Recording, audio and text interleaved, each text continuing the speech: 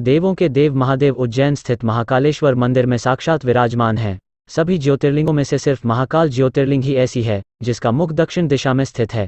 प्राचीन काल से ही उज्जैन का यह अचरज भरा सत्य है कि यदि कोई राजा भी उज्जैन में रात गुजार लेता था तो उसे अपनी सल्तनत गंवानी पड़ती थी। खास बात यह है कि आज भी उज्जैन को लेकर यही मान्यता है कि यदि कोई भी वर्तमान राजा रूपी नेता अर्थात प्रधानमंत्री या जनप्रतिनिधि उज्जैन शहर की सीमा के भीतर रात बिताने की हिम्मत करता है तो उसे इस अपराध का दंड भुगतना होता है।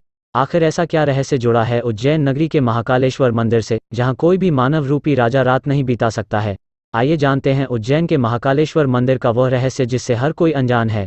महाकाल से बड़ा शासक कोई नहीं है। जहां महाकाल राजा के रूप में साक्षात विराजमान हो, वहां कोई और राजा रूपी तत्व हो ही नहीं सकता है।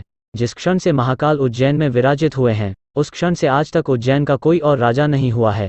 उज्जैन के केवल एक ही शासक हैं और वो हैं प्रभु महाकाल। पौराणिक कथाओं के अनुसार कोई भी राजा उज्जैन में रात्रि निवास नहीं करता है, क्योंकि आज भी बाबा महाकाल ही उज्जैन के राजा हैं। यदि कोई भी राजा या मंत्री यहाँ रात में ठहरता है तो उसे इसकी सजा भुगतनी पड़ती है, या तो उसकी मृत्यु हो जाती है या फिर उसकी सल्तनत ही ध्वस्त हो जाती है।